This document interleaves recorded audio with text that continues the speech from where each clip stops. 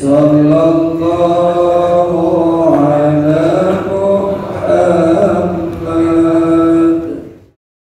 Muhammad. Alhamdulillahirrahmanu 'allamal Qur'an khalaqal insana 'allamahul bayan. Asyhadu an la ilaha illallah wahdahu la syarika lah wa asyhadu anna sayyidana Muhammadan 'abduhu wa rasuluh alladzi la nabiyya ba'dahu. Allahumma salli ala sayyidina Muhammad wa ala ali sayyidina Muhammad. Ayyuhal hadirun ittaqullaha haqqa tuqatih wa la tamutunna illa wa antum muslimun. Qala Allah ta'ala wa ayatil ukhra ya ayyuhan nasu u'budu rabbakumul ladzi khalaqakum min nafsin wahidah wa khalaqa minha zawjaha wa batha minhuma rijalan katsiran wa nisaa'a wattaqullaha alladzi tasaaluna bihi wal arham innallaha kana 'alaikum raqiban. Qala Allah ta'ala ya ayyuhalladzina amanu taqullaha wa qulu qawlan sadida yuslih lakum a'malakum wa yaghfir lakum dhunubakum wa man yuti'illaha wa rasulahu faqad faza fawzan 'azima. Rabbi shrah li sadri wa yassir li amri wahlul 'uqdatam min lisani yafqahu qawli. Shadaqallahul 'azim wa shadaqa rasuluhun nabiyyul karim wa nahnu 'ala dzalika minasyahidin wasyakirin walhamdulillahi rabbil alamin. Hadirin jamaah Jumat rahimahumullah, bersyukur kepada Allah Subhanahu wa ta'ala yang sampai detik ini masih menghimpun kita dalam jamaah Islamiyah, sehingga kita masih diberikan kesehatan, kesempatan untuk hadir menunaikan ibadah Jumat. Dan semoga kita berdoa kepada Allah, semoga Allah menjadikan Jumat kita kali ini menjadi Jumat yang terbaik di antara sekian Jumat yang pernah kita tunaikan dalam kehidupan. Salawat dan salam kita sampaikan kepada baginda Rasulullah sallallahu alaihi wasallam. Allahumma salli wa sallim wa barik alaihi. Semoga syafaat terlimpah kepada keluarga, kepada sahabat-sahabatnya, kepada para tabi'in, tabi'in wa tabi'in, hingga kepada kita semua pengikutnya. Amin ya rabbal alamin. Hadirin, dalam memperingati Maulidun Nabi sallallahu alaihi wasallam ini, maka khatib ingin mengingatkan 4 pesan yang disampaikan oleh baginda Rasulullah sallallahu alaihi wasallam. Beliau menyampaikan pesan ini kepada sahabat yang bernama Abu Dzar Al-Ghifari, salah satu sahabatnya. Lalu beliau sampaikan 4 hal, dan sesungguhnya 4 hal ini adalah nasihat buat kita semua. Pertama, Rasulullah berpesan kepada Abu Dzar dan kepada kita, ya Abu Dzarrin, wahai Abu Dzar, kata Rasulullah, jaddidis safinata fa innal bahra amik. Perbaharui selalu kapalmu, karena sesungguhnya lautan amat sangat dalam. Kalau kita menyaksikan, membaca pesan ini, seolah-olah pesan ini maknanya memang disuruh menjaga perahu, menjaga bahtera. tapi ini adalah majas personifikasi, perumpamaan. Sehingga hadirin, Syekh Nawawi Al-Bantani dalam Nasaihul Ibadnya menjelaskan bahwa yang dimaksudkan dengan jadidis safinata fa innal bahra amik, perbaharui kapalmu karena sesungguhnya lautan amat sangat dalam. Syekh Nawawi dalam Nasaihul Ibad tadi menjelaskan bahwa yang dimaksud dengan bahtera itu adalah keimanan. Dan yang dimaksudkan dengan lautan yang sangat dalam itu adalah hidup yang penuh gelombang cobaan. Jadi seolah-olah Nabi itu berpesan kepada kita, wahai saudara-saudaraku, wahai Abu Dzar, wahai umat Islam, wahai saudaraku umat mukmin mukminat, perbaharui selalu kualitas imanmu. Karena sesungguhnya lautan amat sangat dalam. Karena sesungguhnya hidup penuh tantangan dan cobaan. Inilah hebatnya Rasulullah. Dia tidak belajar ilmu kelautan, tapi seakan-akan Rasul itu faham dengan gelombang lautan. Saudaraku, kita bisa lihat berapa banyak kasus tenggelamnya kapal yang ketika sampai ke dasar lautan yang paling dalam tidak ada satu orang pun yang bisa menembus, itu pun harus menggunakan alat elektronik. Kenapa? Ternyata dasar lautan yang paling dalam itu arusnya sangat luar biasa, dan kalau kita paksakan sampai frekuensi tertentu, itu bisa memekakkan gendang telinga kita, pecah telinga kita sampai kita bisa tuli karena gelombang lautan di dasar laut itu arusnya sangat kencang. Rasulullah mengibaratkan bahwa hidup ini seperti gelombang lautan. Maka perbaharui kapalmu. Banyak orang-orang Islam yang tergadai akidahnya, tergadai keimanannya hanya karena sekotak Indomie, persoalan ekonomi yang semakin sulit, persaingan hidup yang semakin tajam, lapangan kerja semakin payah. Ini yang kadang-kadang kalau keimanan kita tidak kokoh, hadirin, bisa tergadai keimanan kita. Maka itu kata Nabi, perbaharui kualitas imanmu, perbaharui kualitas keimananmu, karena sesungguhnya hidup penuh tantangan. Dan hidup kalau tidak ada tantangan itu namanya bukan hidup, hadirin. Allah jelaskan dalam Quran Surah Al-Baqarah ayat 150. Wala nabluwannakum bisyai'in minal khawf wal ju' wa naqsin minal amwal wal anfus wath thamarat wa basyiris sabirin. Dan sesungguhnya kamu, kata Allah, pasti hadirin, kita ini pasti wadana beluanakum bisyai'in minal khawf, kita akan dicoba dengan rasa takut, kadang-kadang takut yang tanpa alasan. Kaya takut jatuh miskin, punya pangkat jabatan takut kalau sewaktu-waktu pangkat jabatan diambil orang, sampai pada akhirnya kaya, pangkat, hidup, sampai pada akhirnya takut menghadapi kematian. Kita akan dihinggapi dengan rasa takut ini, hadirin.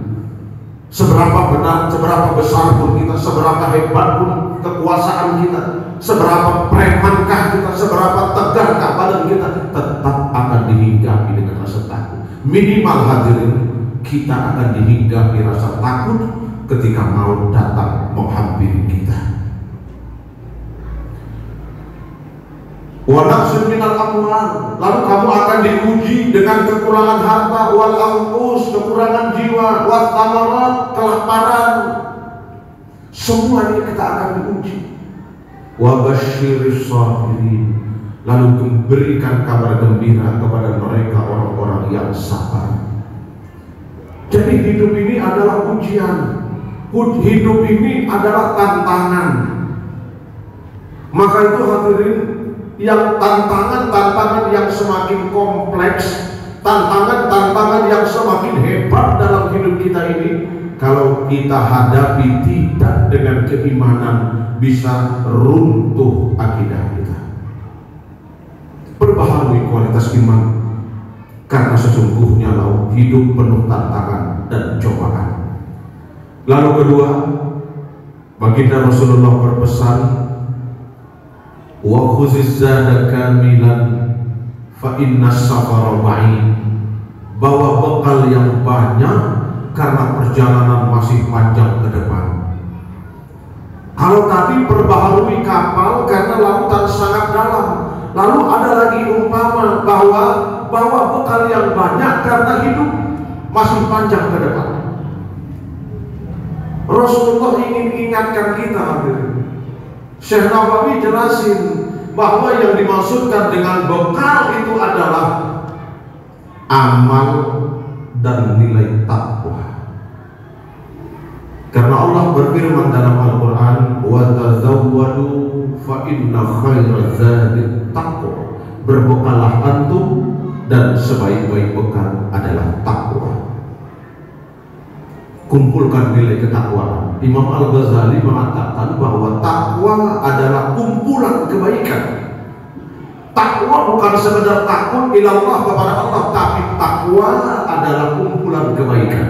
Maka itu manusia, kata Allah dalam surah Quran surah Asy-Syams, fa'alhamaha fujuraha wa taqwaha, kami berikan manusia itu fujur, atau dalam bahasa lain disebut dengan nafsu, wa taqwaha, kami berikan manusia itu sifat-sifat takwa atau sifat-sifat yang baik. Maka kumpulkan kebaikan-kebaikan dalam hidup kita. Sekecil apapun kebaikan itu, hadirin, yakinlah, in ahsantum li anfusikum wa in asatum falaha. Sedikit kebaikan yang kita kerjakan akan kembali kepada kita kebaikan itu, dan sedikit keburukan yang kita kerjakan pastilah akan datang keburukan yang sedikit itu kepada kita. Hidup ini simpel. Mau lakukan yang baik-baik, tafadhol. Mau lakukan yang munkarat, mudarat, silahkan, gak ada urusan. Andai kata satu dunia orang tidak beriman kepada Allah, Allah tidak berhenti menjadi Tuhan, saudara. Andai kata satu dunia ini orang kafir, Allah tidak pensiun jadi Tuhan. Allah berikan pilihan kepada kita, dan hidup memang adalah pilihan. Tafadhol, silahkan kerjakan kebaikan. Tapi Nabi mengingatkan kepada kita, kumpulkan bekal kebaikan, karena perjalanan panjang ke depan, sebab kita tidak tahu kapan kematian datang menghampiri kita. Boleh jadi yang kita sehat hari ini, besok dipanggil Allah Subhanahu wa Ta'ala. Dan banyak kasus, hadirin, orang yang segar bugar, sehat jasmaninya, kuat fisiknya, tiba-tiba Allah panggil menghadapnya. Fa idza jaa ajaluhum la yastakhiruna sa'atan wa la yastaqdimun. Kalau memang sudah datang waktunya, tidak akan bisa dimajukan dan tidak bisa pula dimundurkan. Kumpulkan kebaikan, karena dengan sedikit kebaikan yang kita kerjakan itu, boleh jadi duri di jalan yang kita singkirkan untuk kemaslahatan orang, itu yang menghantarkan kita kepada surganya Allah. Boleh jadi karena kasih sayangnya kita kepada sesama, itu yang menghantarkan kita kepada surganya Allah. Boleh jadi suami yang sayang kepada istrinya, itu yang menghantarkan saudaraku kepada surganya Allah. Boleh jadi karena ridhonya kita kepada saudara-saudara kita, karena buat baik kepada saudara-saudara kita, sekecil apapun, mudah-mudahan yang sekecil itu menghantarkan kita pada surganya Allah. Karena kita tidak tahu, hadirin. Lalu kemudian pesan baginda Rasulullah Shallallahu Alaihi Wasallam yang ketiga berikutnya, wa khaffifil himla fa innal aqabatu kaum. Ringankan beban bawaanmu, karena lereng bukit semakin sulit untuk dilalui. Ini masih perumpamaan. Rasulullah, kata Syekh Nawawi Al-Bantani, ingin mengingatkan kita, ringankan beban bawaan karena lereng bukit sulit untuk dilalui, jalannya nanjak. Rasulullah mau mengingatkan kita, kata Syekh Nawawi, apa yang mau diingatkan? Tinggalkan persoalan-persoalan yang bisa melenakan kita, hadirin. Tinggalkan amalan-amalan yang tidak ada manfaatnya sama sekali. Karena kadang-kadang dengan amal yang tidak berguna, dengan amal yang tidak ada manfaatnya itu terlena dalam kehidupan ini, sampai pada akhirnya kita tidak mampu naik ke atas puncak. Artinya amal yang tidak ada manfaatnya itu tidak akan sama sekali menolong kita di akhirat. Apa di antara amal-amal yang tidak ada manfaatnya? Segala perkara-perkara yang subhat, yang samar, jangan diwiridkan. Segala perkara-perkara yang mubah, bahkan hadirin, kalau perkara itu mubah, kalau sama sekali tidak ada manfaat dan faedahnya bagi kita, silahkan tinggalkan. Kata Rasul, perkara-perkara itu jelas halal haramnya. Yang halal jelas, yang haram jelas. Tapi di tengah yang halal dengan yang haram ada yang disebut dengan subhat. Yang subhat ini tidak halal, tidak pula haram. Contohnya adalah merokok. Tidak ada satu ulama pun yang sampai menghukumi rokok itu sampai taraf derajat halalan thayyiban. Rokok ulama ikhtilaf, hanya sampai pada tahap makruh. Saudaraku, silahkan orang yang beragama Islam, yang berkeimanan, dia tidak akan menjatuhkan dirinya dalam kebinasaan.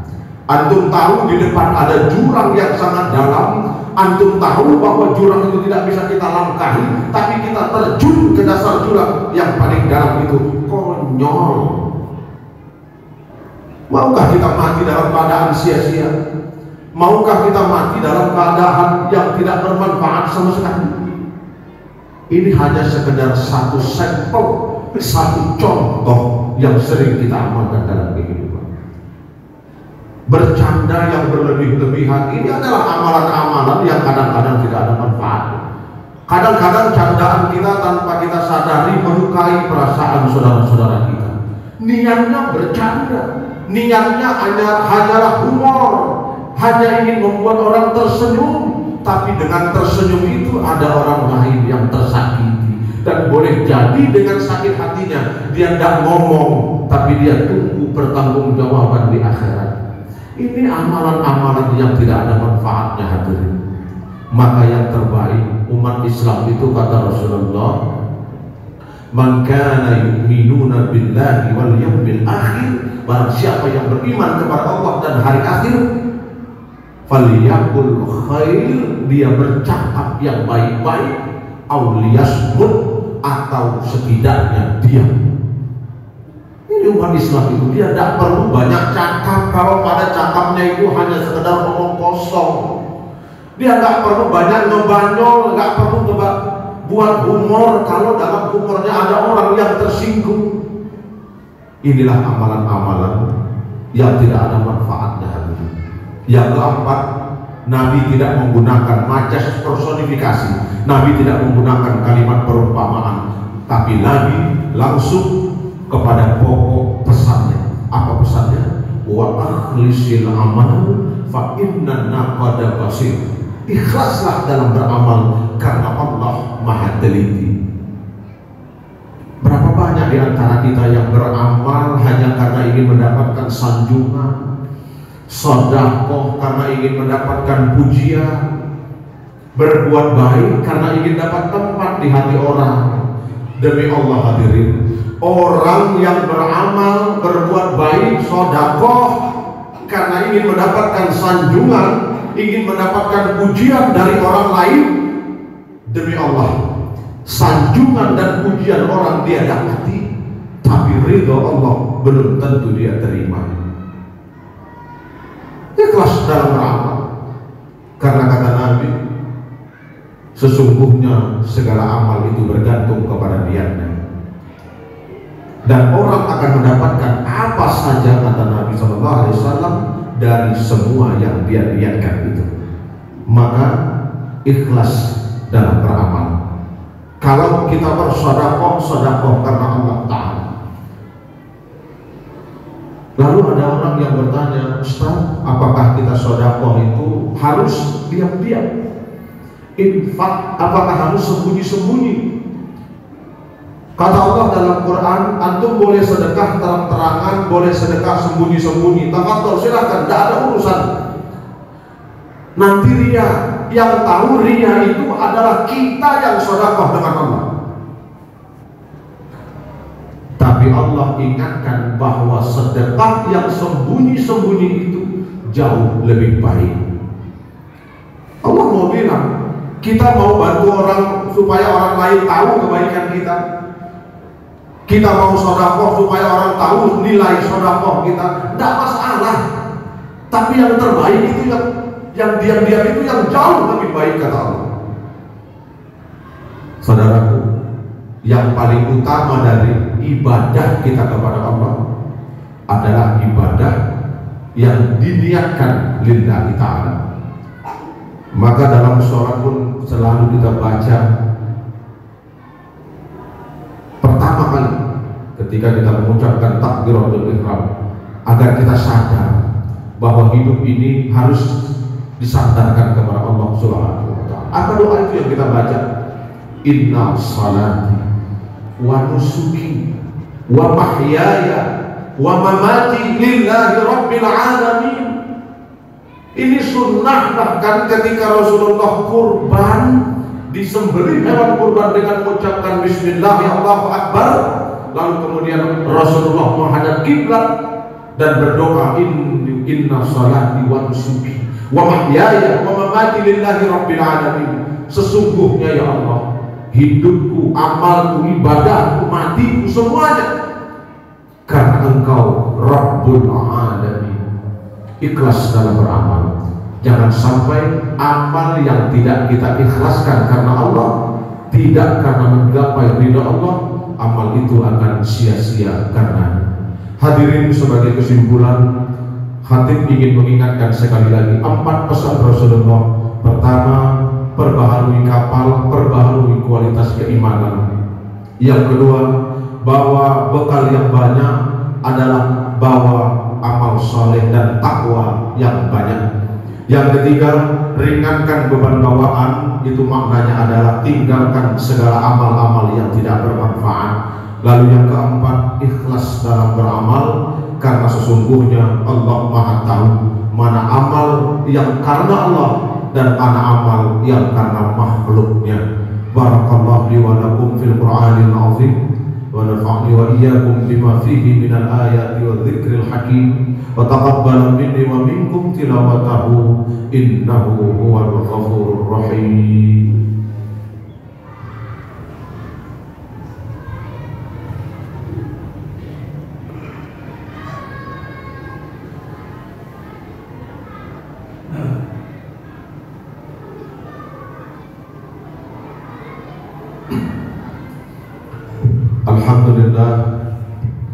Alhamdulillah hamdan katsiran kama amara, asyhadu an la ilaha illallah wahdahu la syarika lah irhaman liman jahada bihi wa kafara, wa asyhadu anna sayyidana Muhammadan abduhu wa rasuluh sayyidul insi wal bashar. Allahumma salli ala sayyidina Muhammad wa ala alihi wa sahbihi man tasala aynun binazar wa uzunun bikhabar. أيها الحاضرون اتقوا الله وذاروا الفواحش ما ظهر وما بطن وحافظوا على الطاعات وحضور الجمعة والجماعة واعلموا أن الله أمركم بأمر بدأ فيه بنفسه وثنى بملائكة قدسه قال تعالى ولم يزل قائلا عليما. بسم الله الرحمن الرحيم والعصر demi masa innal insana lafi khusr, sesungguhnya manusia berada dalam kerugian, illal ladzina amanu wa 'amilus shalihat, kecuali mereka orang-orang yang beriman dan beramal saleh, wa tawassaw bil haqq, dan mereka yang saling mengingatkan dalam kebenaran, wa tawassaw bis sabr, dan mereka yang saling menasihati dalam kesabaran. Innallaha wa malaikatahu yusalluna 'alan nabi ya ayyuhalladzina amanu sallu 'alaihi wa sallimu taslima. Allahumma salli 'ala sayyidina Muhammad wa 'ala ali sayyidina Muhammad kama shallaita wa sallamta wa barakta 'ala sayyidina Ibrahim wa 'ala ali sayyidina Ibrahim fil 'alamin innaka Hamidum Majid. Allahumma ighfir lil muslimina wal muslimat wal mu'minina wal mu'minat bi rahmatika ya arhamar rahimin. Allahumma ansur ikhwanana al muslimina wal muslimat fil Misra, fil Yaman, fil Syria, fil Rahiyya, fi Uyghur, fi India, fi Indonesia bi rahmatika ya arhamar rahimin. Allahumma ja'al balada Indonesia hadza baladan aminan مطمئنة برحمتك يا أرحم الراحمين. عباد الله إن الله يأمركم بالعدل والإحسان وإيتاء ذي القربى وينهى عن الفحشاء والمنكر والبغي يعظكم لعلكم تذكرون. فاذكروا الله العظيم يذكركم واشكروه على نعمه يزدكم ولذكر الله أكبر. أقم الصلاة.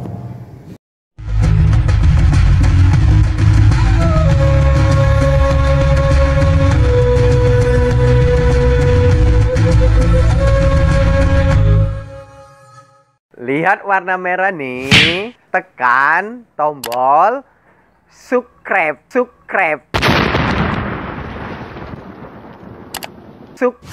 bagikan, share, suka, like, ting tong, loncengnya jangan lupa. Insyaallah, semoga video-video yang ada di Mencium Syariah berguna bagi sahabat dakwah. Assalamualaikum warahmatullahi wabarakatuh.